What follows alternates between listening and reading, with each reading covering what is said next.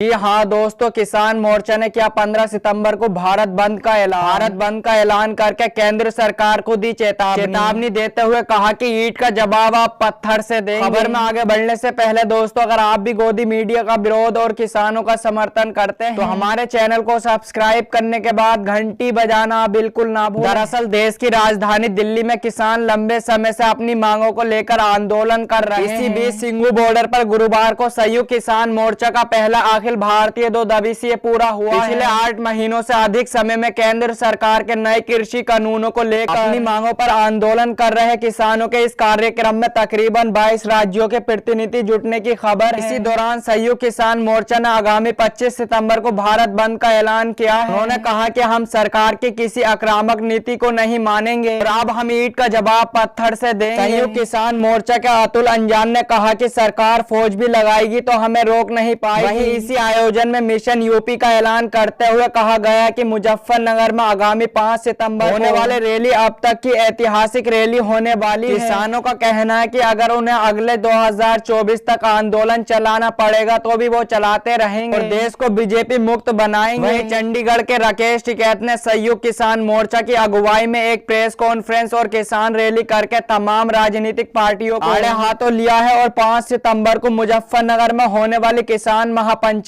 के लिए पंजाब और चंडीगढ़ के किसानों को न्योता दिया है। राकेश टिकैत ने कहा कि किसान आंदोलन को 9 महीने पूरे हो चुके हैं। जनवरी से केंद्र में बैठी मोदी सरकार ने किसानों से बातचीत बंद कर रखी है। ये सरकार कॉर्पोरेट कंपनियों के द्वारा चलाई जा रही है, इसलिए किसानों से बात नहीं कर रहे हैं। केंद्र सरकार ने गन्ने के दाम सिर्फ 5 पैसे प्रति किलो बढ़ाए। राकेश टिकैत ने कहा कि ये बीजेपी की मैनिफेस्टो में लिखा था कि देश की संपत्तियां गिरवी पर रख देंगे। ये सिर्फ किसान आंदोलन ही नहीं बल्कि देश को बचाने का आंदोलन। हमारी लड़ाई वैचारिक क्रांति है। तीनों काले कानून वापस लेने होंगे। पंजाब और हरियाणा में भी किसानों को एमएसपी नहीं मिल रही है। 1 जनवरी 2022 से हम अपनी फसलें दोगुने दामों पर बेचेंगे क्योंकि प्रधानमंत्री नरेंद्र मोदी ने कहा 2022 तक किसानों की आमदनी दोगुनी होगी। जो किसान 9 महीने से घर नहीं गए हैं वो अभी भी दिल्ली नहीं छोड़ेंगे। 5 सितंबर को बड़ी किसान महापंचायत मुजफ्फरनगर में होगी। राकेश टिकैत ने कहा कि मैं पंजाब और चंडीगढ़ के किसानों को इस महापंचायत का न्योता देना आया हूं। राकेश टिकैत ने कहा कि देश का किसान आंदोलन से बचेगा, राजनीति से नहीं। चुनाव लड़ने का सुझाव कुछ किसान नेताओं का निजी विचार है। संयुक्त किसान मोर्चा इस पक्ष में नहीं है। पंजाब चुनाव संयुक्त किसान मोर्चा किसी पार्टी को समर्थन नहीं देगा। जिस किसान का जहां मन करेगा उस पार्टी को वोट देगा। पंजाब में आचार संहिता लगने के बाद तय होगा कि किसका कैसे विरोध करना। हम इलेक्शन की ओर पैर करके भी नहीं सोने वाले हैं। हमें जनता ने आंदोलन के लिए चुना और हम 5 सितंबर को बड़ा ऐलान करेंगे। चंडीगढ़ के सेक्टर 25 रैली ग्राउंड में राकेश टिकैत और संयुक्त किसान मोर्चा के नेताओं ने एक बड़ी किसान रैली भी की। इस दौरान राकेश टिकैत ने चंडीगढ़ पुलिस को चैलेंज करते हुए कहा कि किसानों को जब मन करेगा वो चंडीगढ़ में आएंगे, अपनी रैली और प्रदर्शन करेंगे और चंडीगढ़ पुलिस उन्हें रोक नहीं सकती। लेकिन राकेश टिकैत ने किसानों को समझाया कि वो शांतिपूर्वक तरीके से अपनी बात रखें। इससे पहले भी हाल ही में मीडिया से बात करते हुए किसान नेता राकेश टिकैत ने कहा यदि किसानों की मांगों को सरकार नहीं मानती और काले कानूनों को वापस नहीं लेती है तो विधानसभा चुनाव में जनता उसे सबक सिखा देगी। लखनऊ हमारा है, किसानों का है, ये किसी के बाप की जागीर नहीं है। बता दें कि पिछले 8 महीनों से अधिक समय से विभिन्न किसान नेता दिल्ली की सीमाओं पर आंदोलन कर रहे हैं। किसान केंद्र सरकार द्वारा बनाए गए कृषि कानूनों को रद्द करने और एमएसपी और कानून बनाने समेत कई मांग कर रहे हैं। हाल ही में लखनऊ में आयोजित किए गए महापंचायत आज तक में भी राकेश टिकैत शामिल हुए। राकेश टिकैत ने केंद्र सरकार पर बड़ा आरोप लगाते हुए कहा था कि केंद्र सरकार को कंपनियां चला रही हैं। उन्होंने कहा कि देश में अभी बीजेपी की नहीं बल्कि मोदी की सरकार है। अगर बीजेपी की सरकार होती तो किसानों से बात करती, लेकिन ये मोदी सरकार है जिसे कंपनियां चलाती हैं जो किसी की बात नहीं करती। तो वही पीएम मोदी को ममता बनर्जी ने दी चेतावनी। ममता बनर्जी चेतावनी देकर बोली कि सरकारी संपत्ति बेची तो पूरा देश विरोध में खड़ा हो जाएगा। दरअसल केंद्र में सत्तारूढ़ मोदी सरकार ने भारत के सरकारी संस्थानों का निजीकरण काफी वक्त पहले से ही शुरू कर दिया। अब मोदी सरकार ने आने वाले वक्त में भारत की सरकारी संपत्तियों को बेचने का प्लान सार्वजनिक कर दिया। देश की सरकारी संपत्तियों को बेचकर मोदी सरकार 60 खरब जुटाने की योजना बना रही है। सभी विपक्षी नेताओं द्वारा विरोध किया जा रहा है। भारत की सरकारी संपत्तियों को बेचने का विरोध कर रहे नेताओं को अब पश्चिम बंगाल की मुख्यमंत्री ममता बनर्जी का भी समर्थन मिल गया। सरकारी संपत्तियों के निजीकरण के मामले में मुख्यमंत्री ममता ममता बनर्जी ने भाजपा को आड़े हाथों लेते हुए कहा, ये देश की संपत्ति है, ना कि किसी भी राजनीतिक दल की। हम इस बात से बहुत ही दुखी हैं कि भाजपा सरकार इस तरह से देश की सरकारी संपत्ति को बेचने का फैसला ले रही है। ये बहुत ही दुर्भाग्यपूर्ण फैसला है। पूरा देश उनके साथ इस विरोध में एकजुट होकर खड़ा होगा। इसके साथ ही मुख्यमंत्री ममता बनर्जी ने भारतीय जनता पार्टी के नेताओं के उत्तर बंगाल में अलग राज्य की मांग पर भी गुस्सा जाहिर किया। उन्होंने कहा कि बंगाल को विभाजित करना इतना सहज नहीं होगा। इस मामले में भी खेल होगा और हम जीत हासिल करेंगे। भारतीय जनता पार्टी इस देश को बेचना चाहती है, बंगाल को बेचना चाहती है। ममता बनर्जी का कहना है कि भाजपा सत्ता में रहने के लिए चुनावों के प्रचार प्रसार पर लाखों करोड़ों रुपए बहाती है। इसी वजह से देश की सरकारी संपत्तियों को बेचा जा रहा है। आपको बता दें कि हाल ही में देश की वित्त मंत्री निर्मला सीतारमण ने ऐलान किया है कि मोदी सरकार आने वाले 4 सालों में देश की कई सरकारी कंपनियों का निजीकरण करने जा रही है, जिससे सरकार को 60 खरब जुटाने के लिए मदद मिलेगी, क्योंकि सरकार आर्थिक तंगी से जूझ रही है।